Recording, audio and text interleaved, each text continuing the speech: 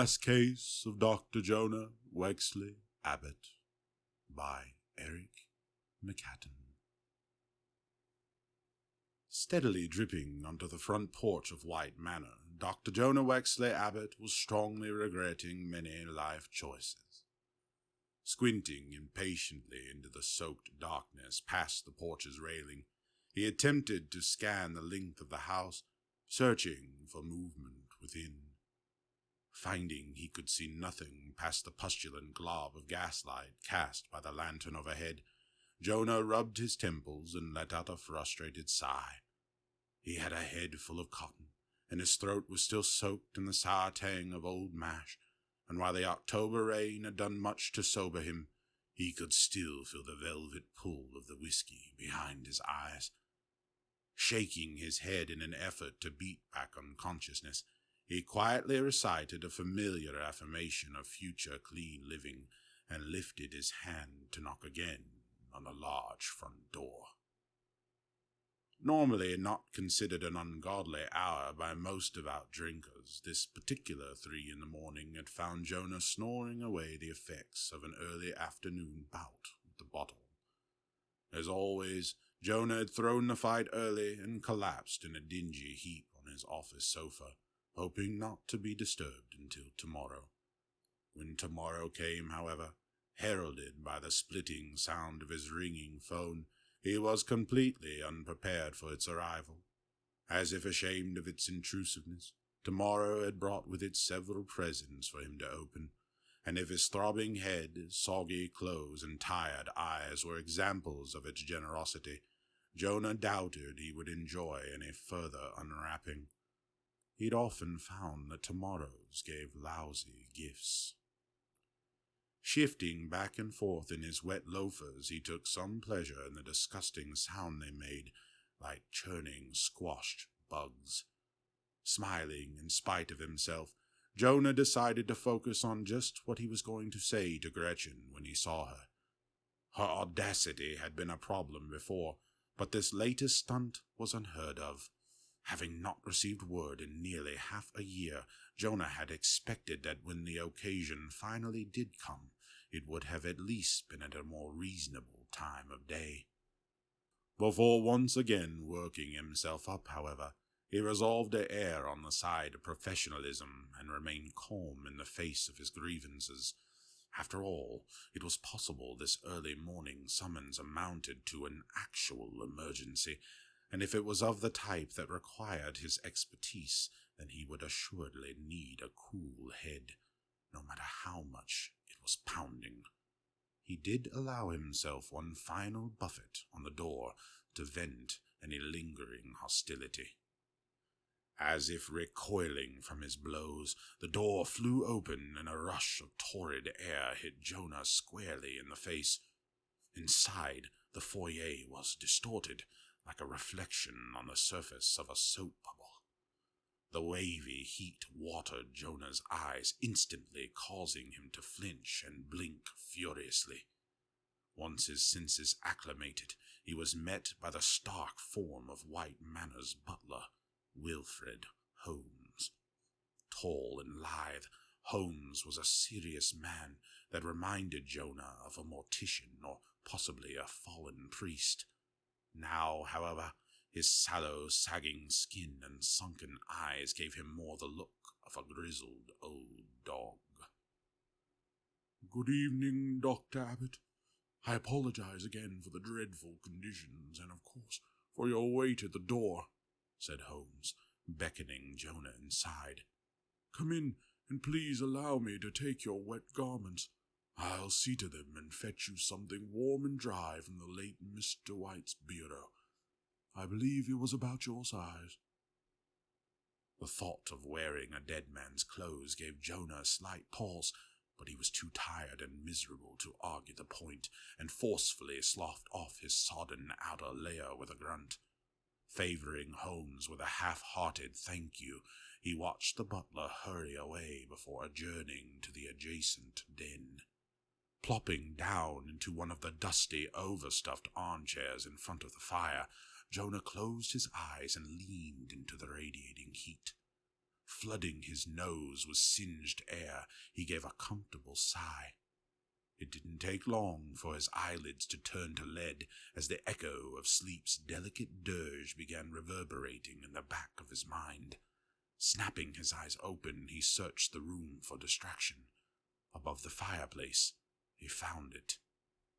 Striving to appear every bit the variety of New England upper crust expected of his family, Alistair White had been a collector of high society's most obvious relics. Never feeling like he had the respect of his peers, he opted instead to let the comforts of wealth abide his ego. The den was littered with evidence of his monetary vanity, but nothing captured the repulsiveness of his ostentation more than the painting that crested the mantel. Most likely originating from the estate of some long-forgotten European lord, the piece was ill-sized for the small space in which it had been placed. Gangling past the edges of the mantelpiece, the monstrosity seemed to hover over the room like a floating portal into a bizarre dreamscape. Traditionally a more benign scene, this tableau of men and dogs hunting had always filled Jonah with dread. The men and their charges loomed like specters across a dark hill in the background, their eyes flashing like drawn steel, while the foreground was littered with terrified foxes tearing through the rushes. The sheer panic captured in the creatures' faces never failed to catch Jonah's breath in his throat.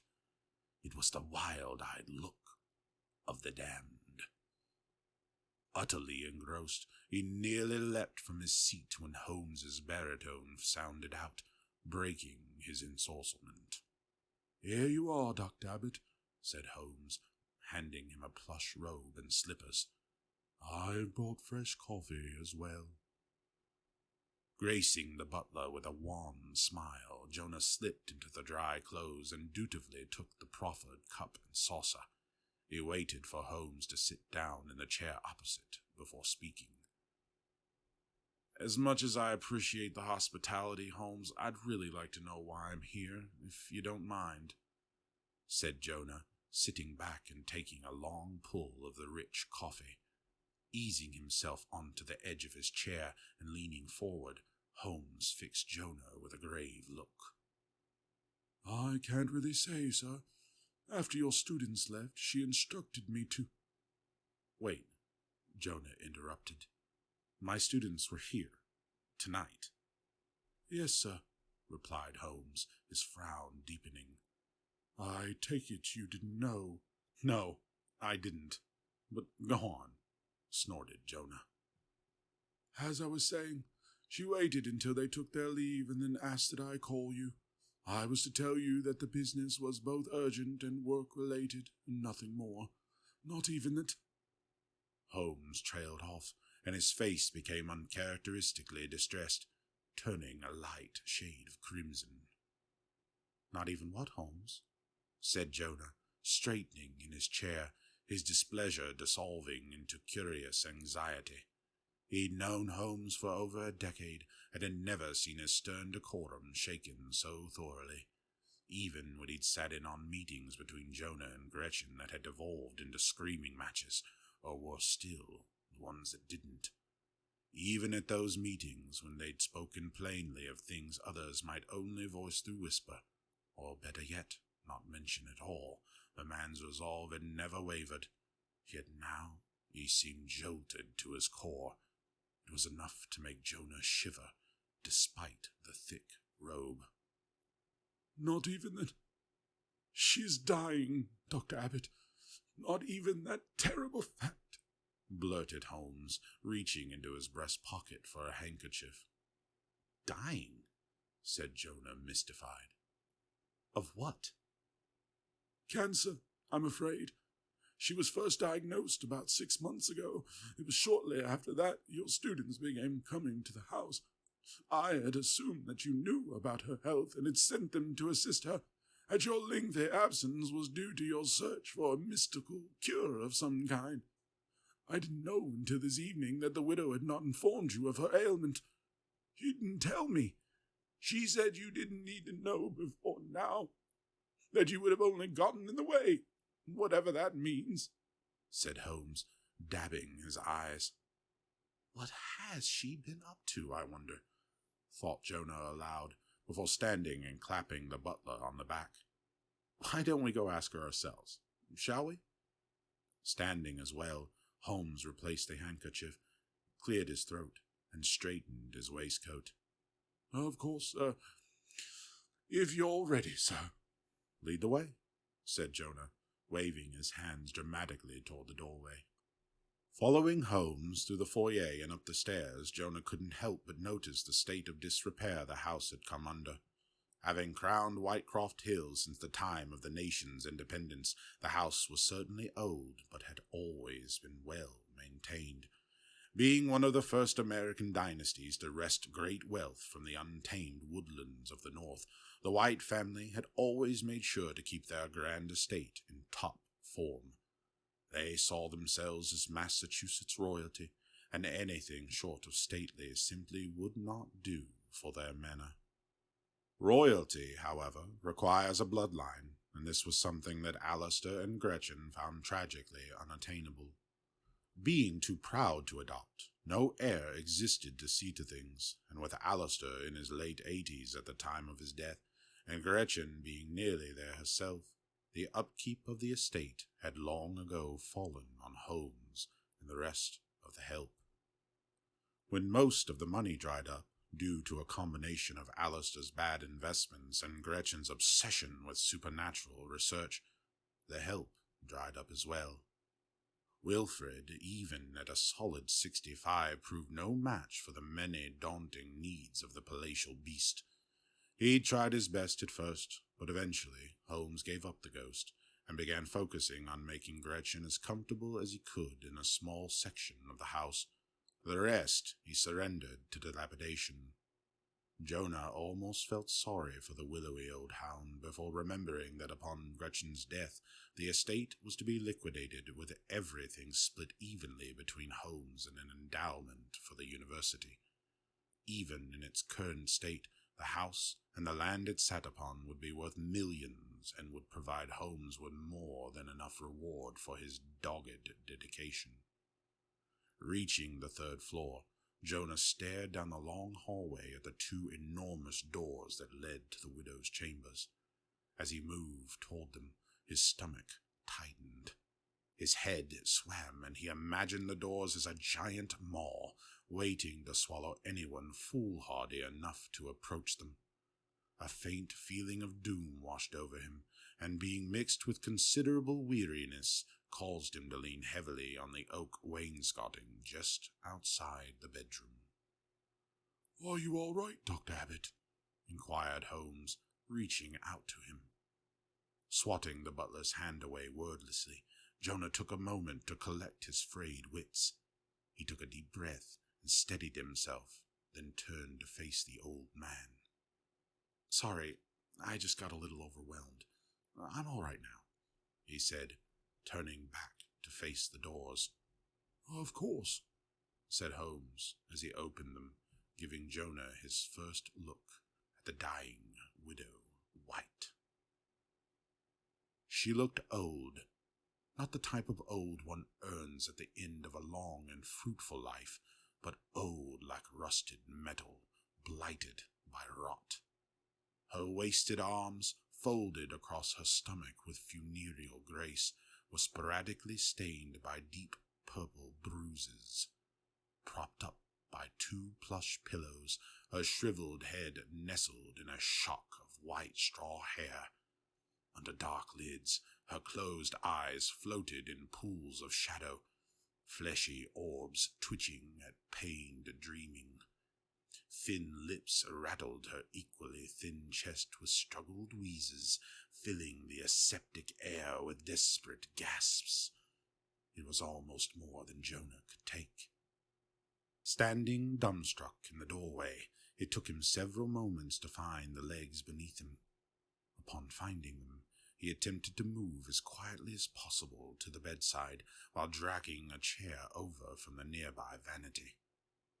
Sitting down, he leaned forward and stared at the widow for several moments attempting to attune himself to this new reality. Absent-mindedly, he began stroking his mustache, a nervous habit he'd picked up in college, stressing over exams. "I know you're sitting there stroking your whiskers at me. I could smell the liquor on your breath before you got to the top of the stairs," said the widow, startling Jonah upright and sending his hand quickly away from his face.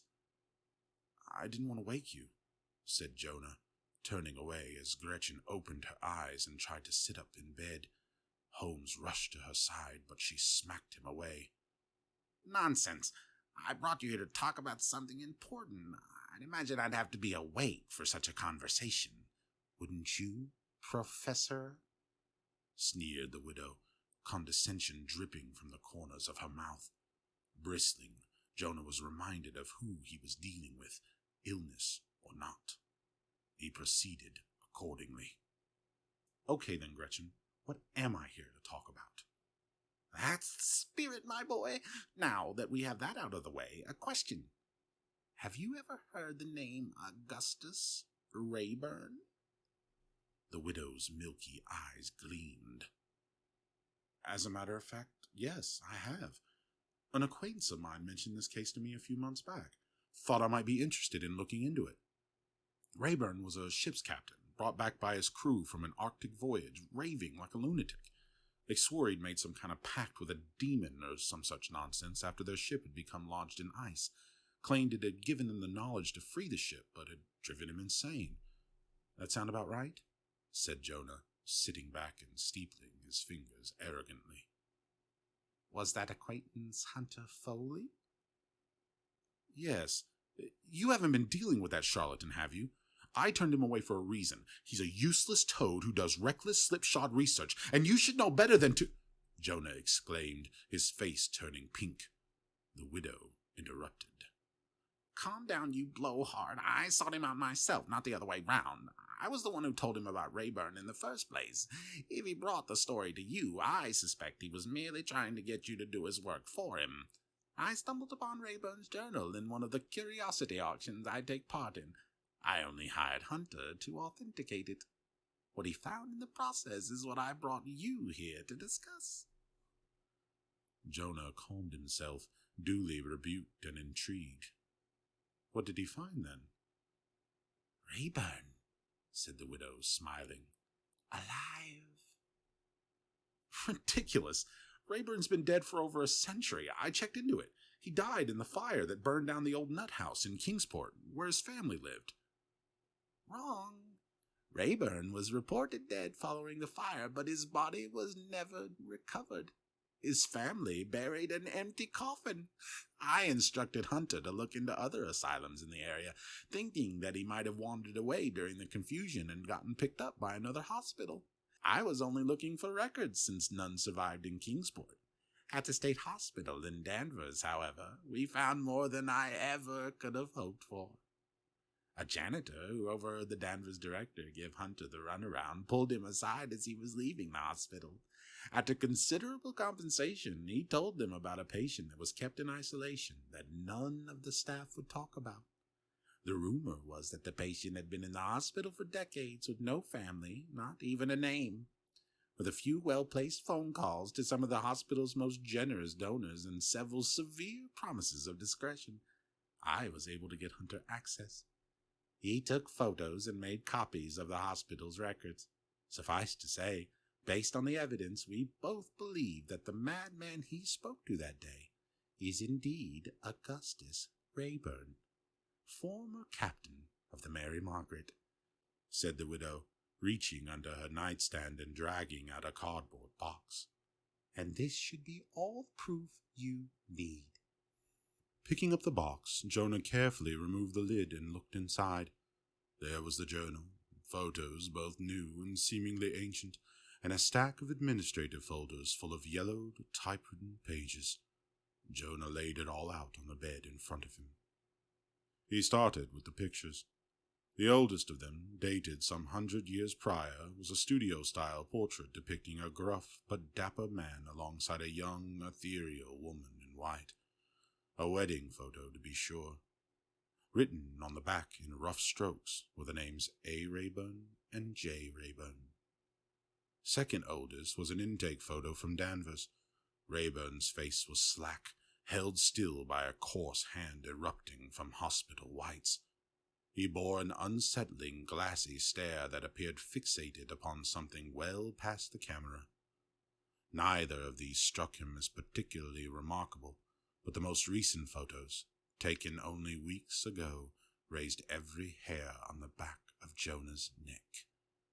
It showed a man lying in repose inside a filthy, padded room, mired in the same grime that covered the walls. His face was difficult to decipher, but the eyes were exact. As if the intervening century did not exist, all the photos appeared to contain the same man, the same unchanged face.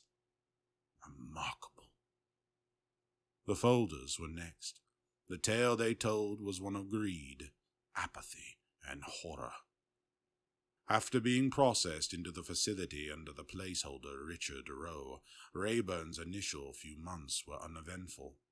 His demeanor was peaceful, and his behavior, while typical for a raving lunatic, was nothing too difficult to handle.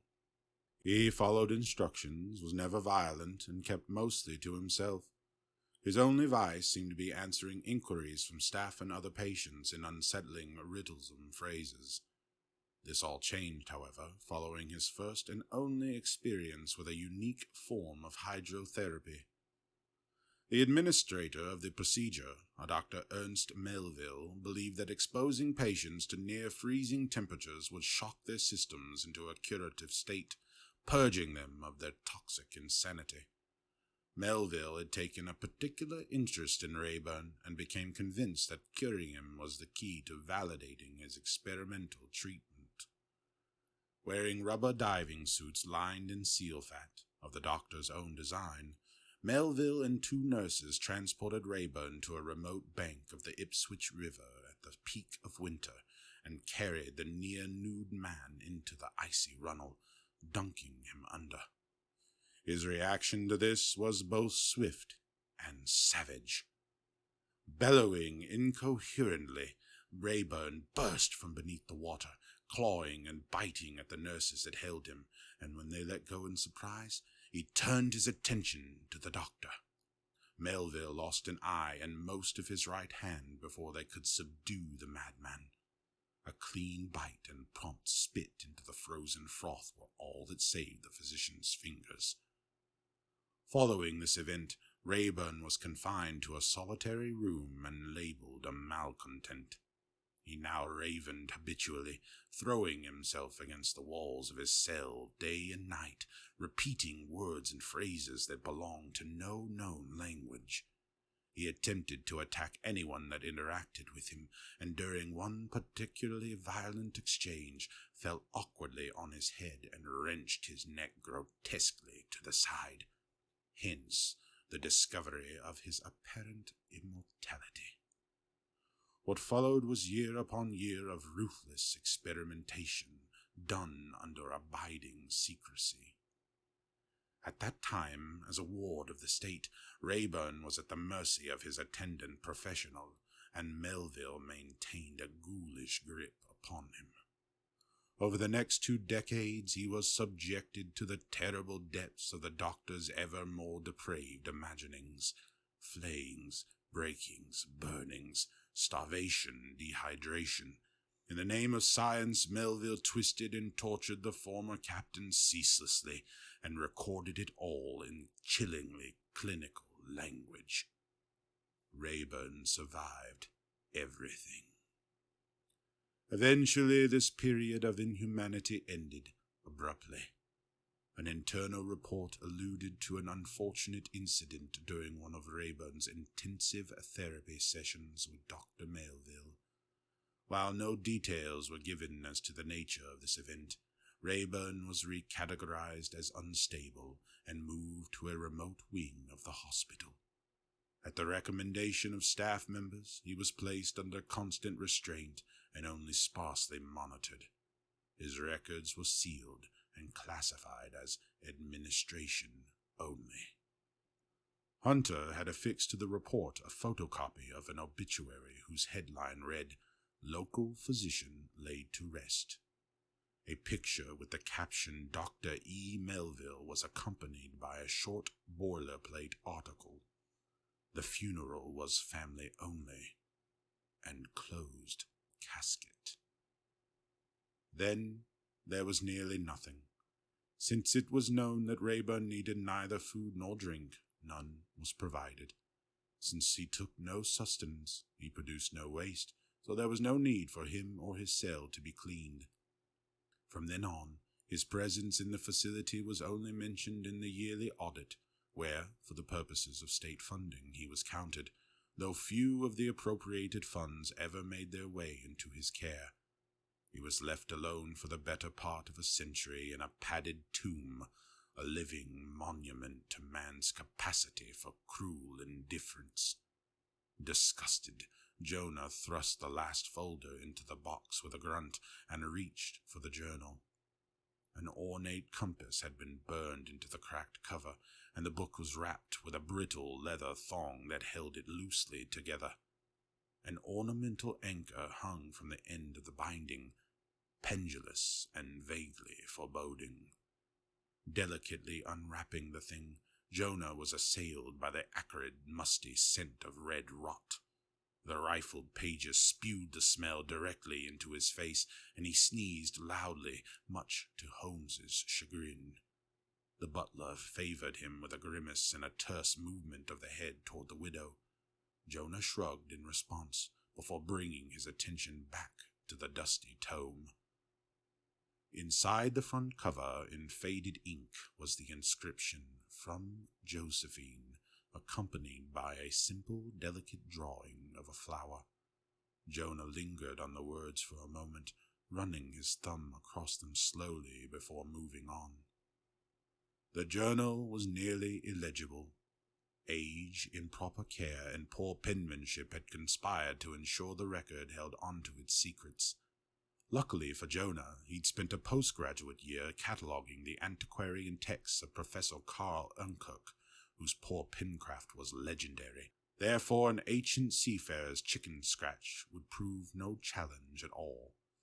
The book was primarily made up of entries from Rayburn's last journey, a foray into the frozen waters of the Northwest Passage, near Baffin Island.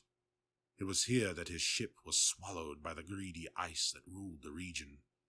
He and his men, hearty sea dogs to the last, tried valiantly for over a week to free the craft, but freezing gales abutted the pack ice to create an insurmountable Hyperborean blockade. When food supplies ran low and morale followed close behind, Rayburn became desperate. The ghosts of both the Erebus and the Terror haunted his dreams. The dread of joining with those ill-fated warships pushed him near to mania. Serendipitously, at this critical time, the group was visited by a small delegation from an Inuit tribe who hailed from a nearby island. Speaking remarkably good English, they seemed eager to please and traded fairly with the men, so when they offered to help with their plight, Rayburn readily accepted. They claimed the ability to grant him the knowledge necessary to free his ship, but at great cost. When he assured them that he would pay any price in exchange for the lives of his crew, the tribesmen agreed to take him, and him alone, to their village, insisting that the secrets they would reveal were for his eyes alone. Leaving his first mate in charge, Rayburn took all the gold he'd received in payment for the voyage and set out with the Inuit across the frozen sea. Here the journal was missing several pages. The torn, uneven remnants of those missing leaves were marred by dark, erratic marks left not by ink, but grease pencil, the use of which was sometimes favored by cartographers working under saturate conditions.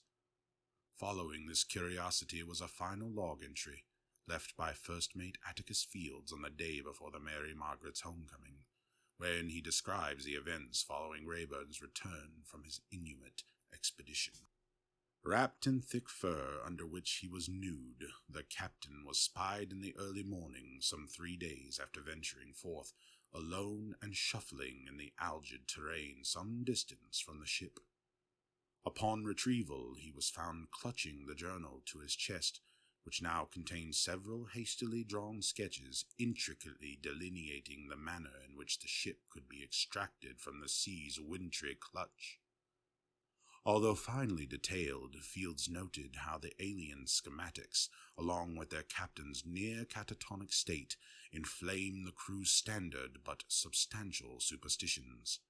Strange symbols of arcana supplemented the pictographic instructions, along with one word scrawled again and again in the empty spaces. Zoethathum. The same and singular word Rayburn repeated ad nauseum throughout their excursion back to sane civilization. After gaining their freedom, the crew burned the sinister scrawlings. Rayburn was locked in his cabin, and Atticus assumed command. A glitter of recognition flashed annoyingly in Jonah's mind. Zoethathum. The word scratched at a cold, fearful place inside him. He placed the journal back into the box, his face the picture of perplexation. He then reached for his mustache again before catching himself. He opted instead to run a hand awkwardly through his unkempt hair.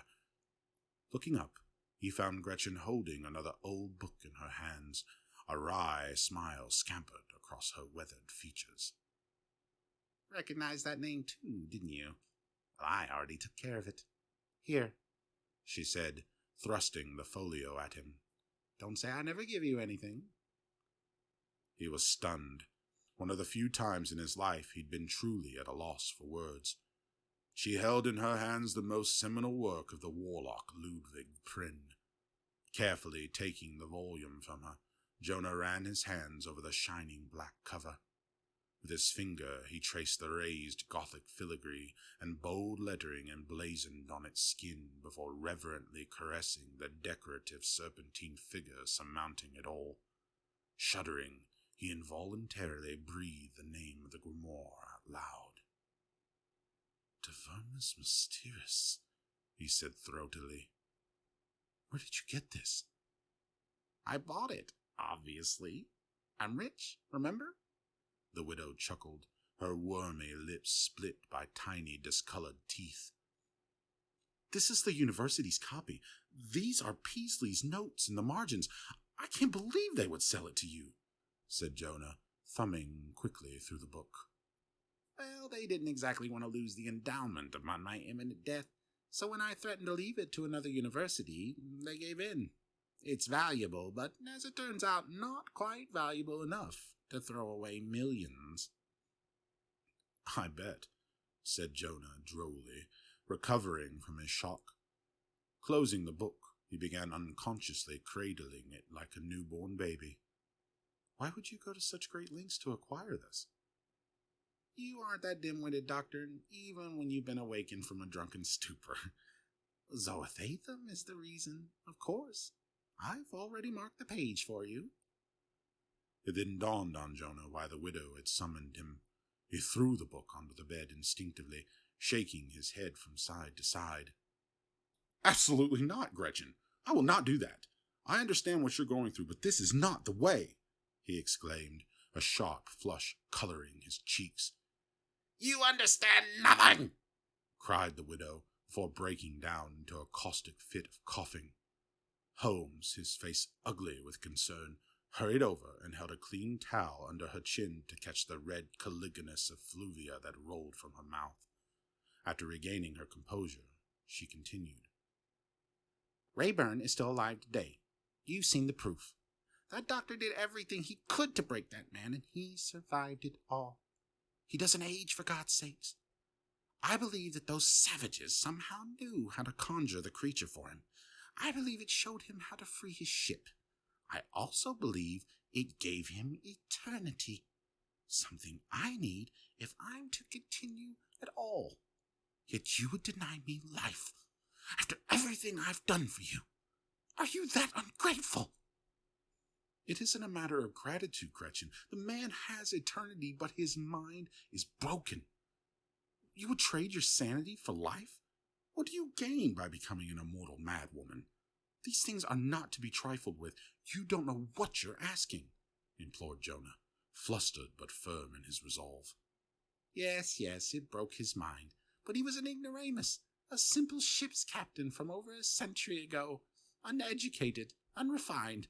He and I are nothing alike, she said, tossing her head haughtily to one side. Regardless, I won't do it. I will not help you conjure your doom, said Jonah, rising from the chair and turning to address Holmes. Now, if you would kindly retrieve my belongings, I would very much like to return to my office and find whatever sleep I can before morning. Tomorrow, I will look into a more reasonable answer to your problem. Had you consulted me sooner, I might have been of more help than students or that snake oil salesman. I'll come by in the afternoon and we'll... Turning back to Gretchen, Jonah's words caught in his throat, and he found himself staring down the barrel of a shining, pearl-handled revolver. Sit down, said the widow sharply, thrusting the gun at him with each word. Now. Jonah sat, obediently. I thought you might give me a problem, so I had Wilford pull this old number out of mothballs in order to persuade you, should you refuse. I don't have the time or the stomach to massage your ego to shout you down about this. I am standing at death's door, and now, if you don't do exactly what I ask you, so are you, she said, waving the pistol dramatically before him. You're going to kill me, he asked sarcastically, fear trickling down his spine. I'd encourage you to think very hard about what you know of me. Then consider the situation I'm in. I'm out of time. You can help me find more. You can help me find it all. I've spent most of my life and nearly all of my husband's family fortune seeking the type of gift that simpleton Rayburn has given. You've caroused your way across half the world to find it for me. Did you think that I would give up now because you're a coward? I told you when we started this endeavor of ours that I wouldn't stop until I got what I wanted. Well, here it is, sitting in front of you. So pick up that book and get to work, and ask yourself one last thing before you do. How serious do you think I am about not being dead? Said the widow vehemently. Fine, said Jonah, reaching for the manual before shooting Holmes a quick, pleading look. The servant's face was stony and grey, and his baleful eyes betrayed no conflict. He clearly stood with his mistress on the issue. A thin frown paired with a clenched jaw were the only signs he held any guilt regarding his subterfuge. Jonah tried not to blame him. The notated page was marked by a folded sheet of paper upon which was written Hunter Foley's signature sloppy script. He had made a poor attempt to translate the ritual's invocation from an excerpt that he had blasphemously highlighted in yellow. Jonah gritted his teeth. The man's manners appeared as uncouth as his Latin, for there were several key errors in the translation that stood out immediately. Jonah flipped the paper over and began his own transcription with a pen Holmes was quick to provide for him. You know this idiot didn't go to school, right? He asked, never taking his eyes from the task. Different dogs for different work.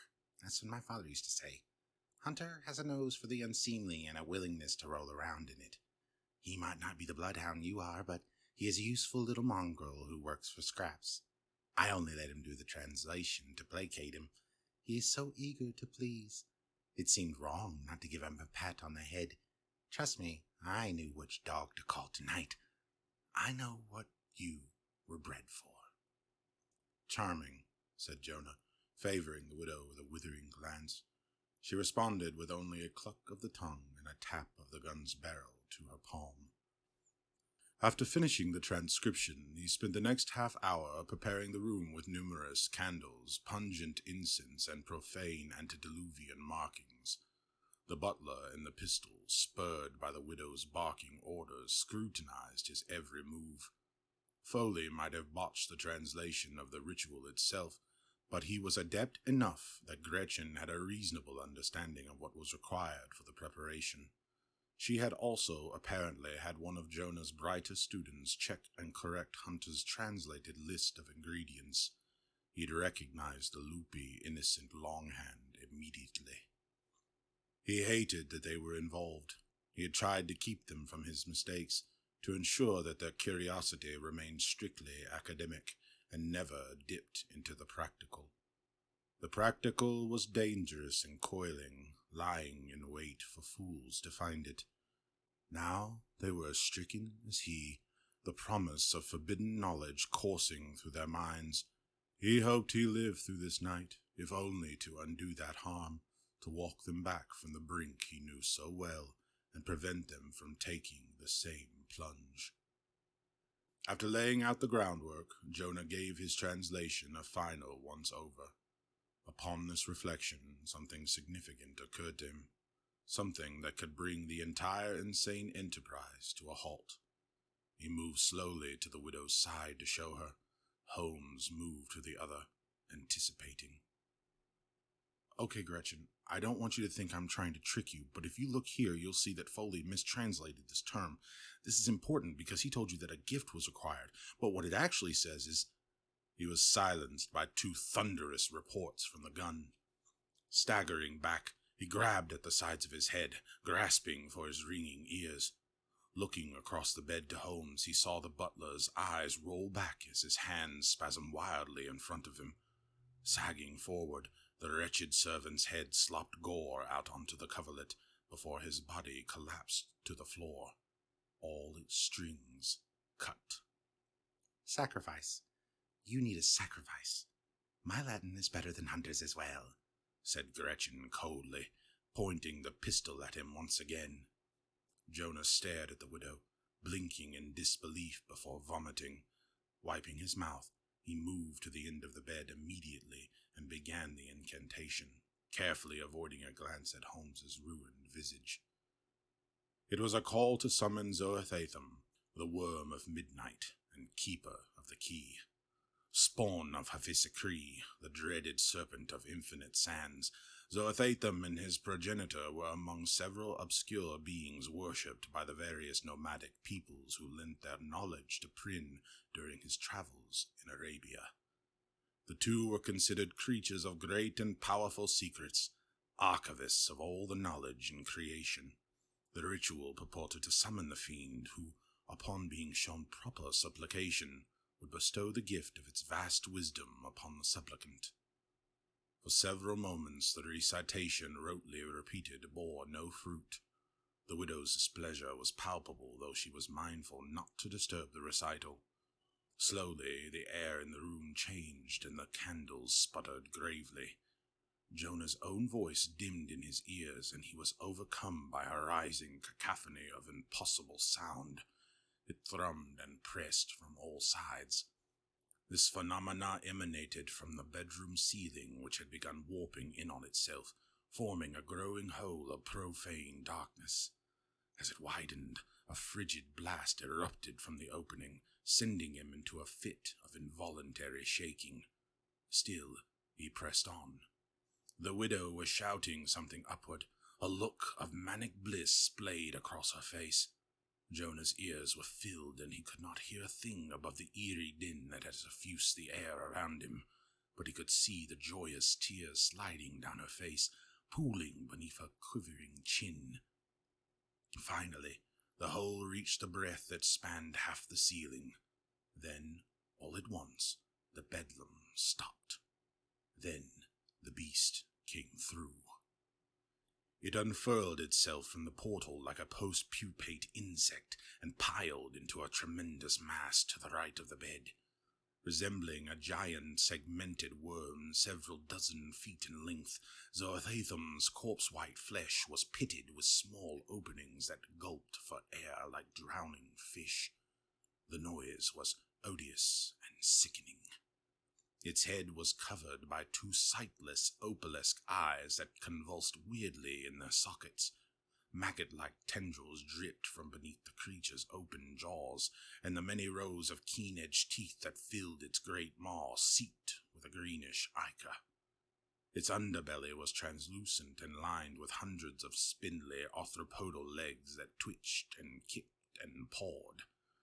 Just below this diaphanous membrane, thousands of smaller snaking figures swam about, slithering amongst one another furiously just inside the beast. The The creature swayed in the air hypnotically, and Jonah stared, dumbly silent until stirred by the crazed voice of Gretchen White. "Almighty Zoethatham, keeper of the key, hear my plea," she screeched, beseeching the monster with outstretched hands, palms up in rogation. "Grant me the boon of your everlasting wisdom, so that I may see the world through thine eyes for all the years to come." She then pointed at the corpse of her faithful former servant. "I offer this sacrifice as payment, a pittance offered in humility," she said, finishing her mottled version of the ritual's final plea, making sure Jonah didn't steal her treasure.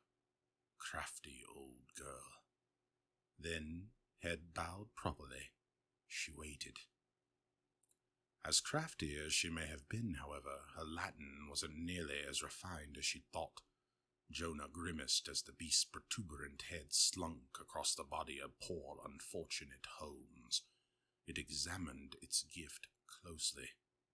The slight sound of 1,000 buggy leg pots scratching at the butler's remains gave Jonah a jellied feeling all over. A sharp, reedy howl rumbled out of each of its 1,000 tiny mouths as it pulled quickly up and away from the body, pupil whiskers buzzing. Unfortunately for her, Gretchen's gift was as bad as any tomorrow had ever given. Jonah knew that if there was one thing to know about this line of work, it was this: nothing can get you killed easier than arrogance coupled with an artful Latin. That, and offering a corpse to a god when live payment is due. In less than a blink, it was on her, biting, grinding, and swallowing. Burbled screams poured out and over its lower jaw along with gobs of bloody Icarus sludge. Even after the screams died out, the sound of crunching and bubbling persisted. Jonah watched as the widow's gnarled feet twitched reflexively, hanging from the monster's mouth. He stupidly thought of a duckling kicking furiously below the surface of a pond. A ghastly slurping sound rounded out the gruesome spectacle as the creature gave a final gulp and turned its attention to the good doctor. Unable to move, Jonah watched as the thing squirmed across the floor with ropey spasms, closing the distance between them quickly. Rising up, its innumerable breathy apertures hummed an otherworldly tune. Beneath the surface of its gauzy belly, the nematodes were vibrating. They passed bright, colorful electrical pulses between them, and a rainbow of carnival lights sparkled his eyes. The worm's chitinous appendages swam in concert with one another, swooping up and down like the paws of a begging terrier. Its tail became distended and grew into a swollen bulb before the internal mass moved swiftly through the length of the beast, shimmering the prismatic grubs as it passed, shooting toward the toothy end. Heaving, the creature regurgitated, covering Jonah with a gory slime speckled with the remnants of his late employer. Clawing at his nose and mouth in an effort to breathe, he spat bits of bone and hair and bloody ooze onto the carpet. He could feel the substance soaking into his pores as his body alternated between sizzling and freezing. Trembling, he watched as Zoethatham appeared to give him one final consideration before burrowing back into the hole from whence it came, which closed behind it with a deafening thunderclap. Falling to his knees, Jonah reached for the upended box on the floor beside the bed. He searched for and found the pen he had used for his earlier transcribing and attempted to scratch out as much as he could before the looming madness now growing in his mind consumed him. He could feel everything crackling in his head, gorging, pressing at the walls of his skull. He blinked against hallucinations begat by his senses being open to the infinite. Believing himself creating a hasty account of his fated evening, he fluttered his eyes once more in the face of his mounting hysteria and looked upon the pages between his white knuckles to see only thick depictions of it drawn in the manner of cavemen. These demented doodlings were surrounded by hoary alien designs with the name of the godworm laying repeatedly between them. Jonah flopped over onto the floor and cackled as he was pulled under and submitted to the thrall. His mind etherealized, and he found himself awash in a sea of memories, each recalled with a clarity that made him mournful. Every familiar mistake pierced him as he traveled down thousands of previously covered roads, his new-found understanding only intensifying his remorse at all the terrible choices. He felt himself a mockery, an insignificant, crawling fruitlessly in cancerous muck. He could see the absurdity of human existence, the absolute joke his life had been. Then he moved beyond his birth and tumbled on a wave of time. Aimless and bobbing along, he eventually came to a nexus and gained purchase on vaguely familiar metaphysical ground. An ending lay there. A precipice at the brink of a vast chasm of darkness that twinkled with an untold number of steely eyes and warbled with the voice of eternity.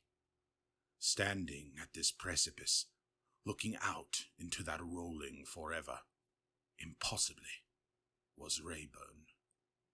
Jonah joined him. Brought together by interpolated destiny, they each looked into the Stygian depths and perceived their inescapable futures for the first time, dissimilar but the same. They saw their bleeding hands scrawling gibberish on the walls of the madhouse rooms to which they both would be committed. They saw the forlorn look in their loved ones' eyes as they thrashed and raved before them. They saw the barbarous experimentation they would endure, understanding that the immortal can still feel. They heard the discordant sounds of their endless keening, cries against pain and indelible psychopathy. Finally, they saw the stricken faces of the ageless prisons that would carry their broken minds for eternity.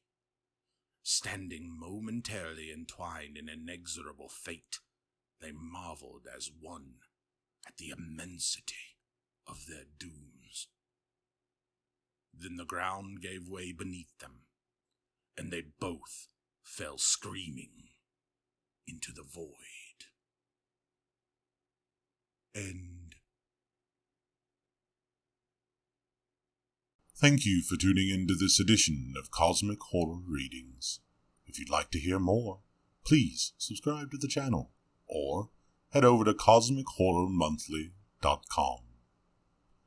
Enjoy.